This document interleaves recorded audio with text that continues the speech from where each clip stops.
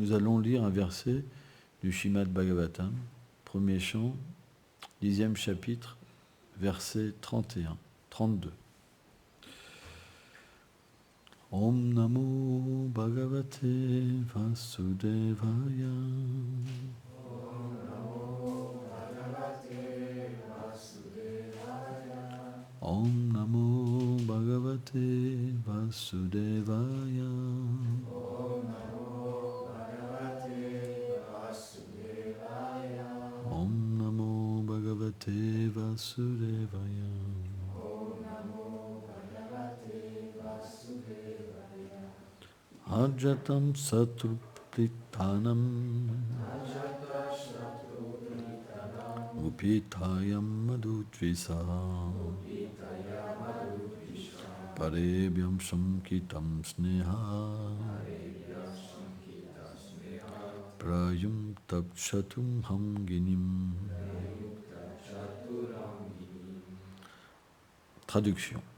Aveuglé par son amour pour Krishna et appréhendant que quelques ennemis puissent se tenir sur sa route, Yudhishthir envoya une armée composée de 4 divisions pour lui servir d'escorte.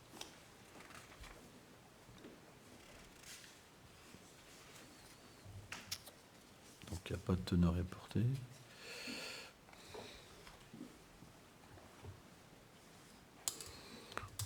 Omagyanati Milandasya Gyanam Jalam Shalakaya Shakshur Militam Jena Taismei Shigulavenama Namaum Vishnu Padaya Krishna Plestaya Bhutale Shrimate Bhaktivedanta Swami Nitinamine Namaste Sarasvati Deve Kaulavani Plachaline Nilveshesha Sunyavadi Plachatya Deshatari. On devrait véritablement faire preuve d'une grande humilité lorsque nous parlons des gloires de Krishna, le Seigneur suprême. Car personne ne peut parler à travers une aspiration matérielle. Et l'inspiration spirituelle ne vient que par la miséricorde de notre glorieuse filiation spirituelle. Plus l'humilité sera gravée dans notre cœur, et plus l'aide descendra. C'est pourquoi les personnes orgueilleuses ne peuvent pas parler du Seigneur suprême, c'est pas possible. Vous les mettez sur un Vyasasana, ils peuvent dire 3 mots et c'est fini. Ils ne sentent pas d'inspiration, ils n'ont pas de force. Pourquoi ? Parce que leur vie n'est basée que sur une chose, c'est qu'ils se maintiennent par eux-mêmes. Ils n'ont pas cette faculté d'être abandonnés, de recevoir la force du Seigneur suprême, d'être maintenus par lui, protégés par lui. C'est impossible. C'est pourquoi, bien qu'ils étudient, ils ne peuvent pas parler de Krishna juste par inspiration. Il faut qu'ils préparent, sans ça ils ne peuvent pas parler. Vous comprenez ? Parce qu'il n'y a pas cet abandon. Quand à l'intérieur de nous-mêmes, on est très humble et qu'on ressent une grande infortune, une grande impureté, et on se sent véritablement inqualifié. Alors Krishna aide son dévot. C'est un principe.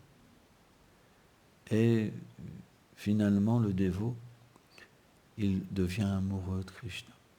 Et son dévot, et Krishna devient amoureux de son dévot. C'est un principe éternel. Or, parfois, nous voyons, dans le cas de Yudhishthir, qui est un kshatriya, un roi, il aimait tellement Krishna, il était tellement attaché à Krishna, Yudhishthir, qu'il ne pouvait pas voir constamment qu'il était le Seigneur suprême. La preuve, c'est qu'il envoya 4 divisions d'armée pour escorter Krishna en cas où. Krishna n'a pas besoin d'escorte, puisque c'est lui qui donne la vaillance, qui donne la force, le sentiment, l'intelligence, la faculté de se battre. Il est l'origine de toutes les qualités.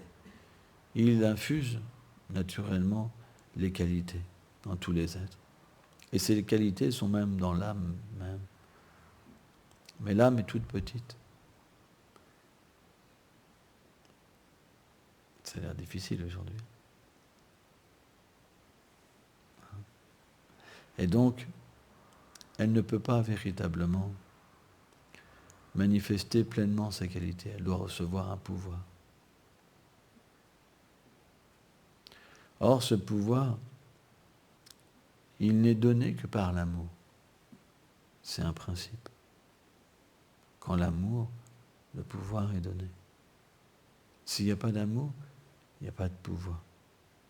Il n'y a pas de beauté. Il y a là ce qu'on appelle la tyrannie. Toutes les qualités viennent de l'amour.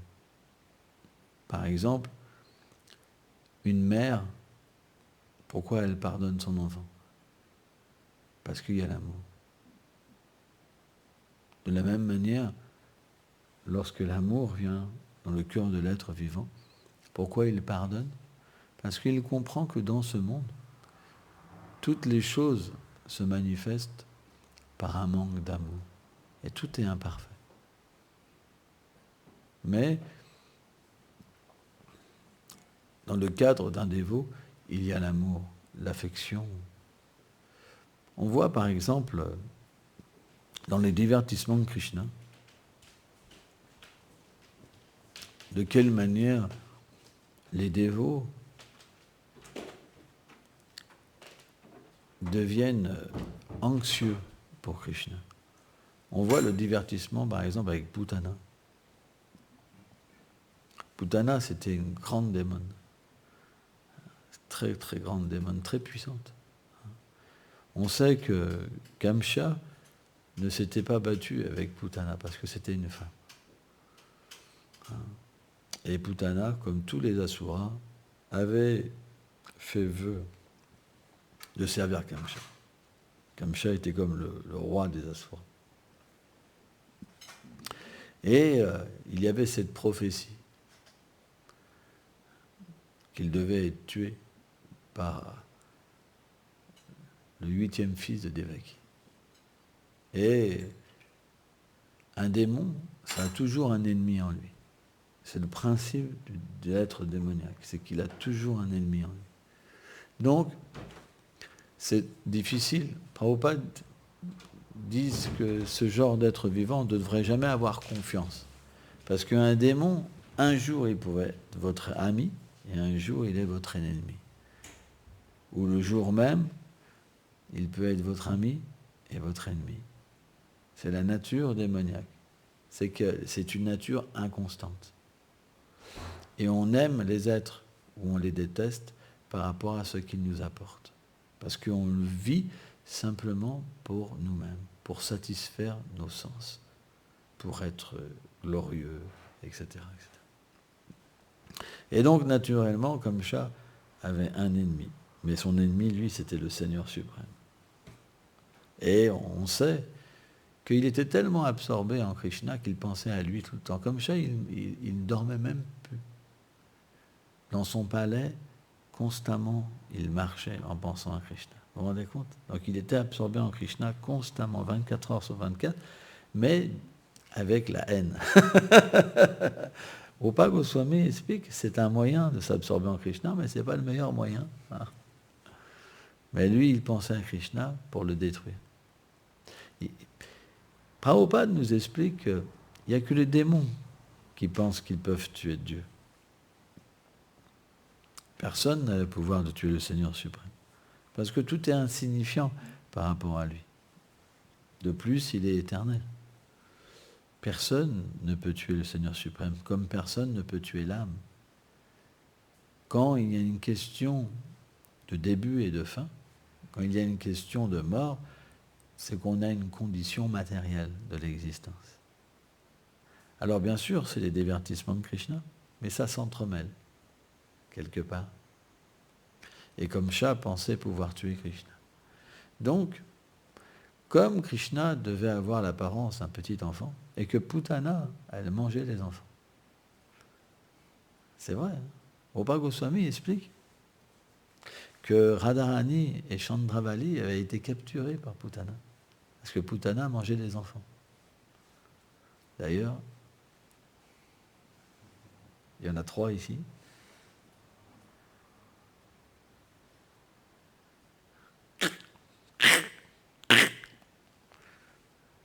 Imaginez-vous un petit enfant, bien dodu, comme Shyama. Et donc, Putana avait des grands pouvoirs mystiques. Elle avait une forme qui faisait, si mes souvenirs sont bons, 18 km de haut, Putana.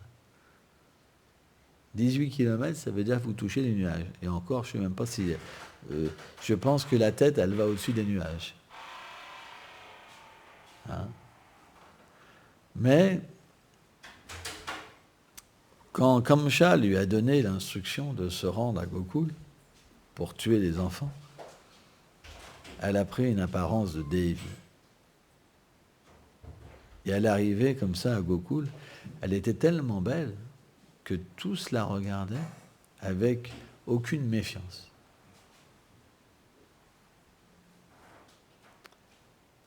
Et même c'est expliqué que les gens pensaient que c'était la déesse de la fortune qui était venue dans leur village pour leur donner l'opulence. Vous vous rendez compte? Comment un asura, il peut tromper les gens? On voit souvent les hommes politiques, toutes sortes... alors je ne dis pas que les hommes politiques sont forcément des escrocs, hein, mais on voit que finalement, que les plus grands tricheurs sont parfois des gens qui savent sourire, qui savent se tenir, qui ont un beau langage. Hein, j'ai entendu dire qu'ils avaient même vendu la tour Eiffel, des fois, les gros arnaqueurs. Plusieurs fois même, à différents milliardaires. Ouais. C'est balèze quand même. C'est pour vous dire, il y en a, ils sont vraiment experts à vous arnaquer. Ils peuvent même vous vendre la tour Eiffel.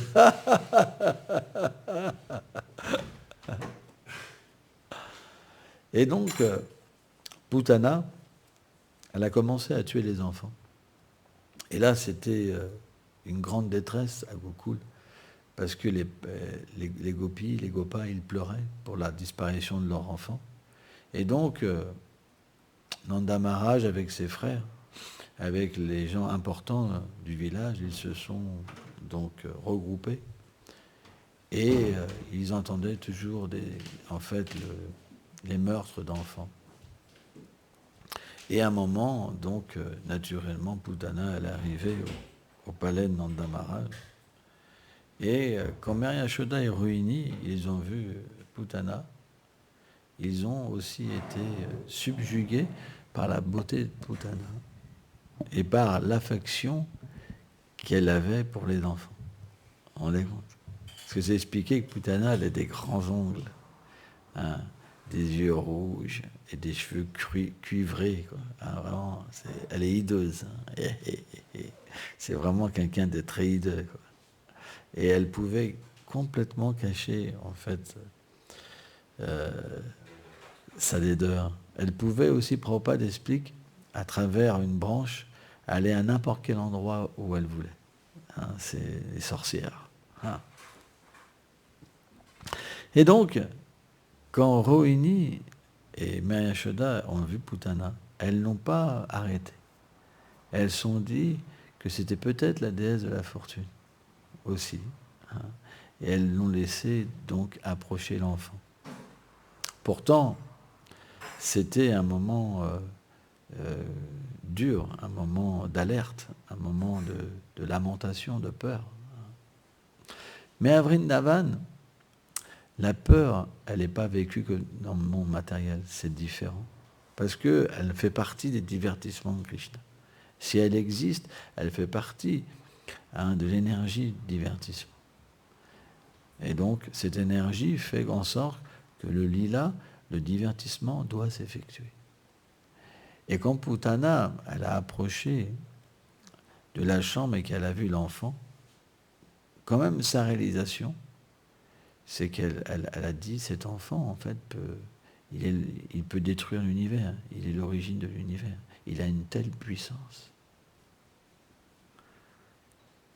C'est ce qu'elle a pu percevoir en voyant l'enfant, quand même. Mais est-ce que ça l'a arrêté? Est-ce que ça l'a vraiment arrêté? Même si elle a vu qu'il était tout puissant, elle n'a pas pu s'arrêter. Qu'est-ce qu'elle a fait? Elle a enduit son sein de poison. Un poison tellement mortel. Elle a pris l'enfant Krishna avec douceur, avec amour, et elle a approché sa tête de son sein. Et en fait, quand Krishna l'a vu, il a fermé les yeux. Alors, une des raisons que le Bhagavata m'explique, c'est que Krishna, comme c'était une femme, et que dans la société védique, on ne tue pas les femmes, il a fermé les yeux. Parce qu'elle avait quand même tué tellement de nourrissons, elle avait fait tellement de choses graves, il devait quand même la châtier. Et donc, Krishna a commencé à téter le poison, et on sait que graduellement, Krishna a commencé à téter l'air vital de Putana. Et naturellement, au début, c'était agréable, et ça a commencé à générer dans Putana une énorme souffrance, et aussi une compréhension qu'elle allait mourir. Et donc à ce moment-là, elle est sortie du palais en criant, elle a commencé à se débattre, à crier « Laisse-moi, laisse-moi, laisse-moi !» Elle est sortie du palais. En fait, c'était l'arrangement de Krishna, parce que si Putana a repris sa forme, tout le palais aurait explosé. Donc elle est sortie, et Krishna tenait le mamelon, et elle ne pouvait pas retirer Krishna, parce que Krishna est le Seigneur suprême. C'était impossible, même pour Putana, cette démon qui faisait 18 km de haut et qui avait des pouvoirs mystiques inconcevables, de retirer Krishna de sa poitrine. Et finalement, quand Krishna il a aspiré son air vital et qu'elle a trouvé la mort, qu'est-ce qui s'est passé? Elle s'est écrasée sur toute une forêt. Imaginez-vous le bruit. C'est énorme. Elle était complètement éclatée. Et là, c'est expliqué que tout le monde s'est inquiété pour Krishna. Donc tout courait pour voir qu'est-ce qui s'était passé. Et quand ils ont vu cette Putana de 18 km de long, il y a qu'Avrage qu'on voit des trucs comme ça. C'est pour ça, les divertissements du Seigneur, personne ne peut croire. Parce qu'ils sont directement en liaison avec l'énergie inconcevable du Seigneur. Donc 18 km de long, si vous dites ça à un matérialiste, il va vous dire ça, c'est de la mythologie. Et pourtant, ça existe vraiment, parce que toutes sortes de gens sont présents lors des divertissements du Seigneur suprême.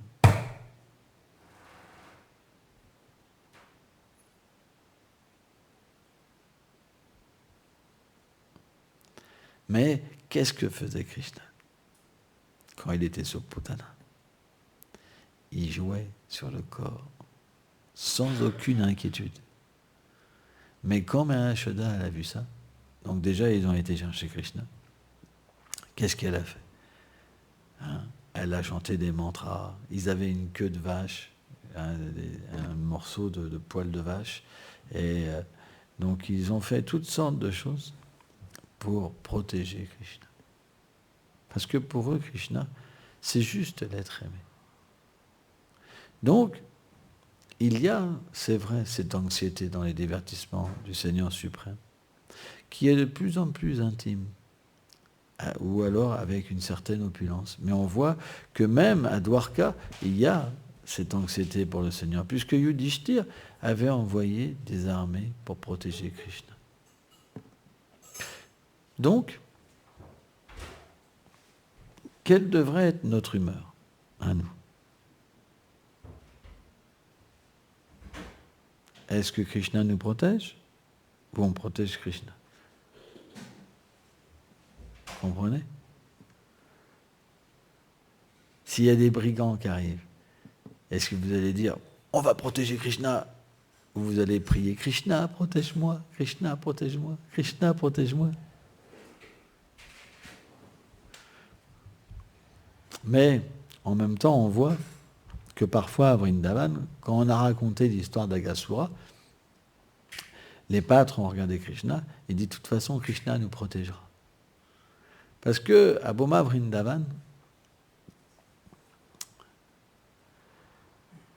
bien que les pâtres ne peuvent pas vraiment considérer Krishna est Dieu, ils voient quand même qu'il fait des activités extraordinaires. On voit par exemple quand il y avait le feu de forêt et que la forêt s'est embrassée et qu'elle a entouré tous les pâtres et les vaches. Qu'est-ce qu'a fait Krishna?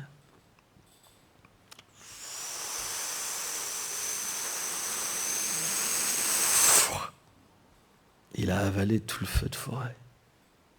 Et pas simplement tout le feu de forêt. C'est que même toute trace qu'il y avait un feu a disparu. Et tout est revenu normalement. Vous vous rendez compte? Donc, imaginez-vous avoir un tel copain. Un tel copain. Si par exemple, vous avez un nombre illimité de pâtes, Krishna, il peut donner autant qu'il veut de nourriture, de sweets, n'importe quoi. Il a un petit panier, il y a 3 petits gâteaux. Alors, ce n'est pas des gâteaux ordinaires, hein, ce n'est pas des gâteaux secs, des gâteaux merveilleux.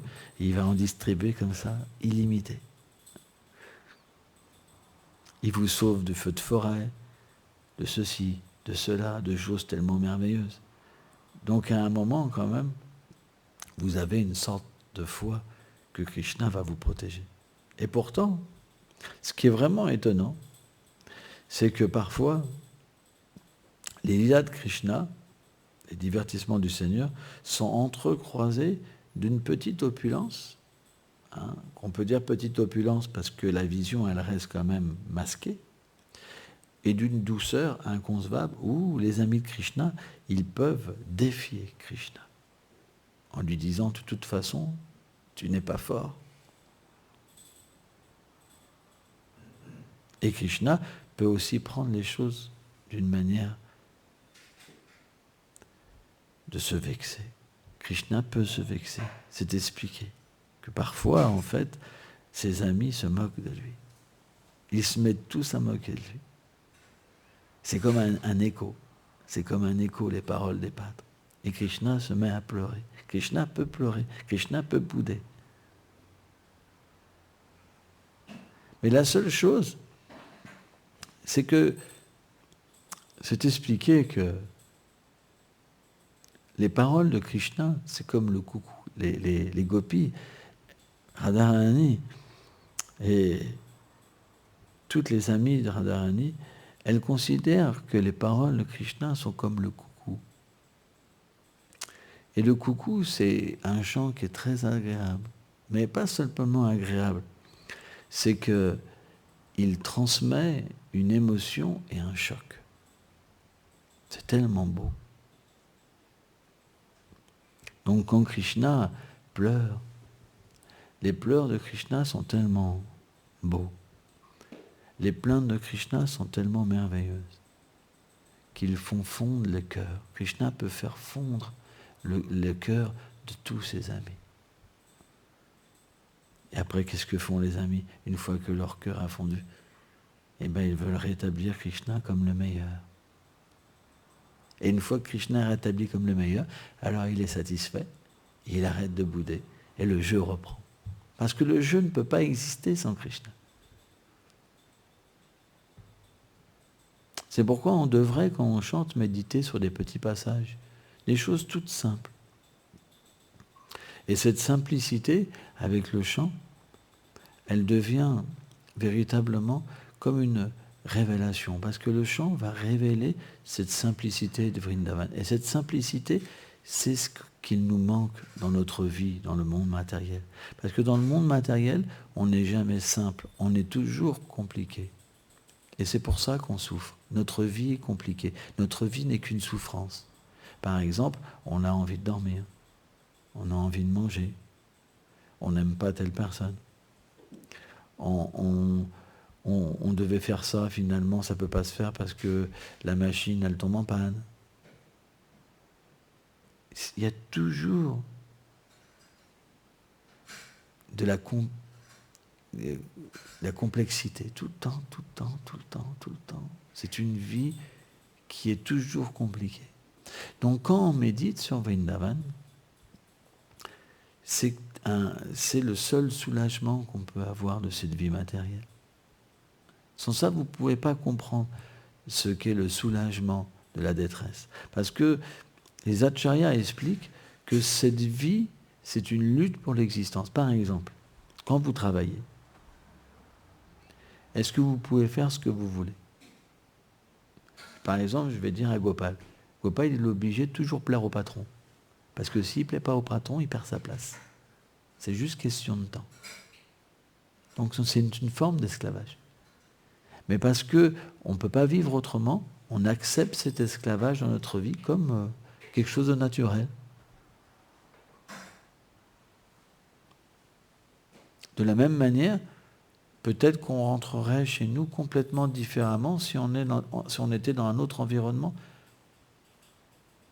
Et qu'est-ce qui nous dit qu'on va arriver et qu'on va trouver une situation de joie? Vous avez travaillé toute la journée dur et vous pouvez rentrer, votre femme ou votre mari vous fait la tête. Et c'est dur. Et pas qu'un jour, ça peut durer jour après jour, jour après jour. Et les enfants, vous avez besoin de tranquillité. Et tout ça accumulé. Et les gens pensent, je suis heureux. Ça, c'est juste un tout petit exemple de la vérité de ce monde. Mais pourquoi on ne peut pas s'en rendre compte? C'est parce qu'on n'a rien à se mettre sous la dent. On pense, c'est la vie, et on n'a pas le choix. C'est comme de l'esclavage. On ne peut pas s'en libérer parce que c'est notre karma. On est obligé de subir toutes ces choses, comme la fatigue. Combien sont fatigués là aujourd'hui? J'en vois plein. La fatigue, c'est comme quelque chose qui vous tombe dessus et c'est difficile de pouvoir écouter et rester les yeux ouverts. En voir Arjuna, c'est difficile, un petit peu. Hein? Vous comprenez? C'est dur. Lalita Saki, elle lutte aussi. Je la vois depuis tout à l'heure, c'est pas facile. On ne peut pas faire ce qu'on veut. On ne peut pas avoir d'amour quand on veut. On ne peut pas avoir de goût quand on veut. Par contre, la maladie, elle vient quand on ne veut pas. La vieillesse, elle vient même si on n'en veut pas. Vous comprenez? Donc, quand on médite sur les divertissements du Seigneur suprême, ça apporte un soulagement immédiat. C'est pour ça que le Saint-Nom soulage de toutes les détresses. Quand vous méditez sur la simplicité de Vraj, alors vous devenez heureux. Parce que c'est le seul moment quand le Saint-Nom se révèle et qui vous révèle même une ombre des divertissements du Seigneur, c'est le seul moment où vous pouvez goûter une félicité sans entrave et qui grandit. C'est pourquoi, par exemple, pourquoi on danse? Parce que quand on danse dans le kirtan, parce qu'on le fait pour Krishna et qu'il y a le Saint-Nom, on peut avoir une toute petite expérience d'une certaine liberté, où on peut être tous ensemble sans entrave. C'est pour ça que c'est agréable. Et c'est pour ça que quelqu'un d'intelligent, il va danser. Par exemple, si dans un kirtan, vous ne dansez pas, vous ne pouvez pas rentrer dans le kirtan. Vous êtes à l'extérieur du kirtan. Donc vous ne pouvez pas goûter l'extase transcendantale. Et par contre, dès que vous dansez, l'extase vous prend. C'est juste question de temps. À un moment, l'ego disparaît. Cette couche qui nous empêche d'être ensemble de goûter la félicité disparaît. Et on peut complètement se lâcher et être heureux. Mais dans le même moment, si quelqu'un a une mauvaise attitude, il ne peut pas goûter. Donc il va danser, mais aujourd'hui, ça passe pas, ça va pas. Je me sens pas libre. Et c'est une grande souffrance. Parce qu'être entouré de gens qui goûtent le nectar et qui sont en joie, c'est une grande souffrance. Donc on doit s'abandonner. Quand on danse, quand on chante, on doit s'abandonner. Et on doit absolument essayer d'obtenir la miséricorde des autres. Prenez refuge des autres, prenez refuge du chant. Dansez pour Krishna. Et vous allez voir, votre cœur va s'épanouir, la joie va venir.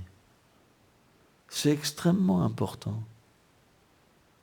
Sans ça, il y aura toujours cette apathie, ce sommeil dans notre vie. On n'existe pas. On dort. Notre réalité dort. On ne l'expérimentera jamais. Parce que dans cette condition, on ne peut pas chanter correctement. On ne peut pas étudier correctement. On ne peut pas adorer correctement. Parce qu'on dort. Donc, le kirtan, la danse, est très importante dans notre pratique spirituelle. Si vous n'apprenez pas à danser et être heureux pour Krishna, alors il n'y aura pas d'expérience dans la vie, d'expérience spirituelle. Alors on peut se dire, oui, mais c'est externe. Mais ça commence déjà par goûter d'une manière externe la vie spirituelle. Et après, graduellement, il y a une purification qui va jusqu'au cœur et qui éveille la nature éternelle de l'âme. C'est quelque chose qui est graduel. Mais si, extérieurement, vous n'avez même pas d'enthousiasme pour chanter et être là. Je vois par exemple les enfants, tout à l'heure, il y avait un kirtan, tout le monde était en extase, eux ils essayaient de jouer avec des petits trucs comme ça, ils étaient complètement déconnectés. Ils étaient dans leur petit jeu. C'est pas ça. Ils auraient dû être avec les dévots et danser. Et là, ils auraient expérimenté quelque chose différent que de leur journée. Mais ils se sont mis à côté et ils étaient juste dans leur conscience d'enfant. C'est pas ça le but. Le but, on n'est ni un enfant, ni une grande personne. On est des associés du Seigneur d'une manière potentielle. Et ça peut s'éveiller à n'importe quel âge. Mais si nos enfants ne goûtent pas, comme les grands ne goûtent pas, qui vous dit qu'ils resteront des dévots toute cette vie? Rien. À moins que vous avez une expérience vraiment de Krishna, de votre nature éternelle, vous ne pouvez pas rester toute votre vie ce que vous ne pouvez pas concevoir. Ça reste comme une croyance, parce qu'il n'y a pas l'expérience. Donc, le jour où ça ne va plus, ou que vous vous embrouillez avec une personne, etc., que ça se passe mal, vous dites, moi je ne veux plus de ça, voilà, c'est n'importe quoi, j'ai donné de l'argent, j'ai fait ceci, j'ai donné du temps, moi j'ai rien, voilà. C'était une mauvaise expérience. Mais pour une autre personne, c'est complètement différent. C'est pourquoi il faut vraiment essayer de pratiquer correctement et d'être dans le feu. S'il y a un feu, il faut rentrer dedans. Il faut prendre l'expérience des autres. Ceux qui ont du goût, ils peuvent donner du goût aux autres. Mais ceux qui n'ont pas de goût, s'ils restent à côté, alors ils ne sont pas dans l'atmosphère, ils ne sont pas dans le feu. C'est comme un feu. Si vous prenez des brindilles, vous les mettez hors du feu, alors il y a pas, ils perdent la caractéristique du feu. Mais si vous les mettez dans le feu, alors ils deviennent du feu. C'est pourquoi, quand j'ai vu ça, je n'étais pas d'accord. Parce qu'ils jouaient. Ils n'adoraient pas Krishna. Vrai ou pas? Au moins, elle l'avoue et c'est bien. Ça veut dire qu'elle peut changer. Si elle aura en plus menti, c'était fini. Notre but, c'est de permettre aux autres de goûter. Par exemple, tous les jours, il y a un kirtan. Pourquoi les dévots ne viennent pas un petit peu avant pour être dans le kirtan? Par exemple, Gopal, pourquoi il n'était pas là pour chanter, danser? Tu n'étais pas là. Pourquoi? Parce qu'il n'y a pas le goût. Mais s'il vient au milieu du feu, le goût va venir. Si vous restez dans votre ignorance, comment on chasse l'ignorance? Par la joie, par le feu des kirtans. Et ça marche. Des gens qui se lamentent tout le temps, vous les mettez avec des Vaishnavas qui chantent, à un moment, c'est fini, ils lèvent les bras, ils sont en extase et c'est fini. C'est juste une rééducation. C'est parce qu'ils sont mal dirigés. Ils sont dirigés vers l'ignorance. C'est pour ça qu'il y a besoin de donner l'association. C'est très important. Si vous vous associez avec des personnes qui ont du goût, vous obtenez graduellement du goût. Mais si vous restez tout seul dans votre chambre, dans votre pièce ou dans votre maison, vous avez beau avoir des shalagrammes, vous avez beau avoir des déités, si vous n'êtes pas qualifié, vous ne voyez rien. Mais si vous êtes avec des Vaishnavas, vous allez commencer à voir. C'est pour ça que l'association est supérieure, même à l'adoration. Parce que l'adoration, vous pouvez en avoir les fruits, vous pouvez en avoir l'expérience si vous êtes un pur dévot. Mais si vous êtes associé avec des purs dévots, alors là, vous pouvez être des Vaishnavas. Ça ne marche pas sans ça. C'est pour ça, venez danser, venez chanter. Le feu s'est allumé, profitez-en. C'est fini le temps où il n'y avait pas de feu. Restez dans le feu, profitez-en. Restez pas à côté. Il y en a ici, dès qu'ils peuvent, ils se mettent à côté. Je ne dirai pas les noms. Ils se mettent à côté. C'est leur nature d'être éteints. C'est leur nature de ne pas goûter. Donc dès qu'ils peuvent trouver la moindre truc, hop, ils s'y mettent. Mais faites-les rentrer un petit peu. Laissez-les sauter. Laissez-les chanter à pleine gorge le Saint-Nom. Et leur nature va changer. Et c'est pour ça qu'ils sont malheureux. Parce qu'il n'y a pas l'expérience. Et notre expérience, elle vient avec celle des autres. C'est notre philosophie. S'il n'y a pas une association puissante, on ne progresse pas. Ne restez pas seul. Profitez de la miséricorde des autres. Merci beaucoup.